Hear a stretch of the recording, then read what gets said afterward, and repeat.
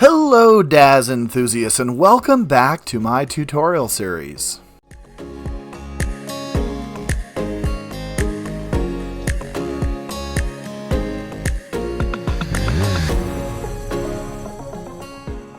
Now today I want to re-examine, kind of show you again how dForce and dForce simulation works. And I have to say I am just really impressed with the progression of Daz Studio 4.23. I know a lot of you have always been reluctant to get to the latest version. You use a different version of Daz Studio.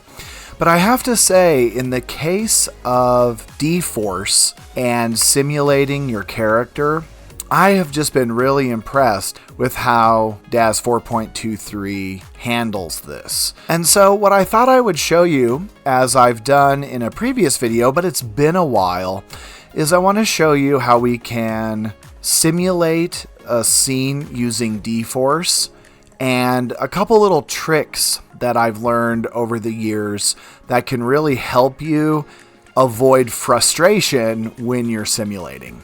Now to begin with, I have Milika here sitting in a chair with the dForce Romance 90 on, and she looks pretty good in it, I've got to say.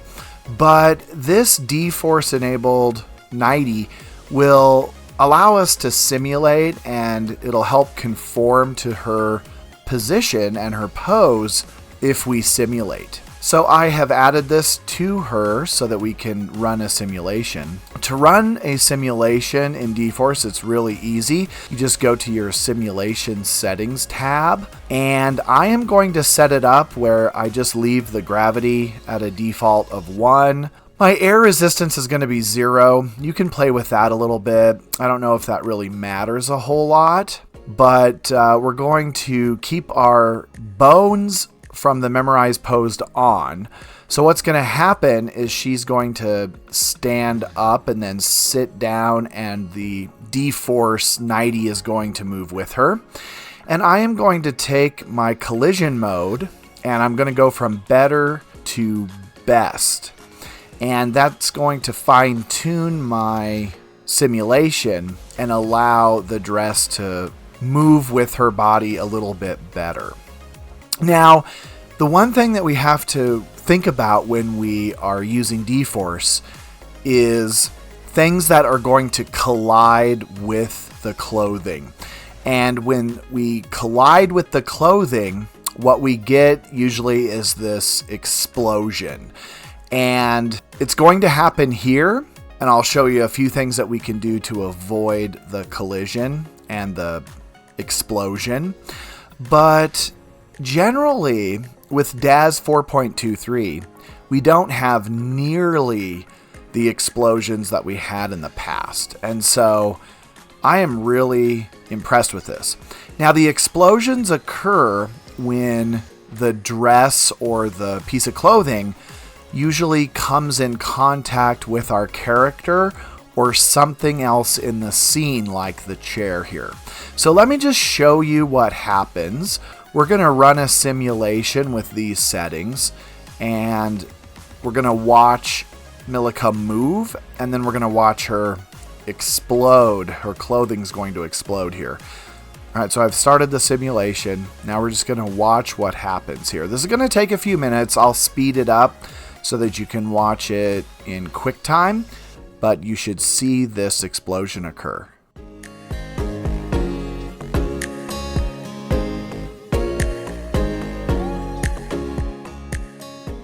Okay, so you can see that her dress, her little 90 exploded. It was almost there, 81%. So what we're going to do is we're going to cancel this out. And the reason why this is happening is either she is colliding with the dress or the dress is colliding with the chair.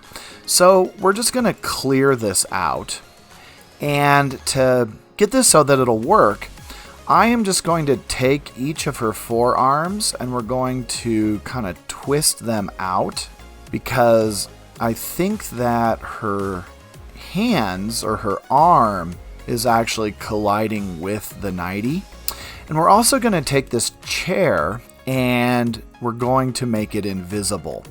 So this is going to allow her to simulate and not have any collisions. Now the 90 will simulate like it doesn't have the chair there, so it is going to hang down. But in this case, that doesn't really matter because we're just going to make the chair visible again, and it's going to look like she's sitting in it. So let's go ahead and simulate again now. So she's going to go to her A pose, and we're going to watch this simulation again.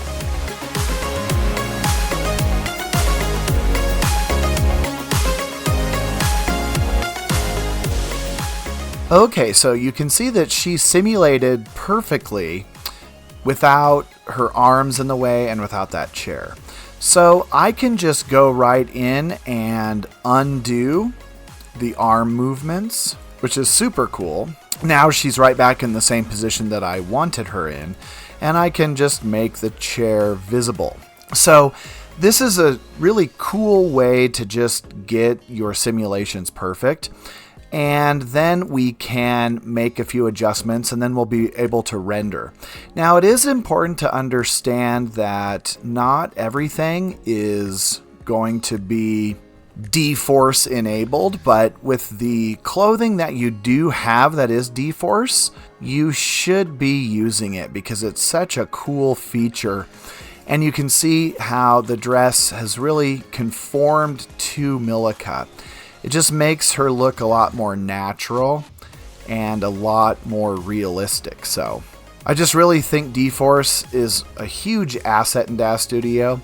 And I know a lot of you are already using it, but I just thought I would share this with you. If you don't have a dForce enabled piece of clothing, you can make it dForce. And I have a video here that will show you how to turn non-dForce clothing into dForce clothing. It's an old trick, but it works really good. And I highly suggest that if you are new to this, you kind of check it out because it's really going to help you and play around with your dForce. So that's going to about wrap this short video up. Just kind of wanted to revisit this with you. Let me know what you think about dForce and how you use it. Are there any tricks that I need to know of that are going to help me run dForce better? I'd love to hear your suggestions, but all you have to really think about is that explosion possibility. And just remember that if you do have an explosion, it's because most likely your character's body is touching the piece of clothing somewhere, and that is causing a conflict which causes that infamous explosion. Alright, so that is going to wrap it up. I hope this helps a little bit. Don't forget to like, subscribe, and give me some comments. I'd love to hear what you have to say. And until next time, have a wonderful weekend and happy rendering.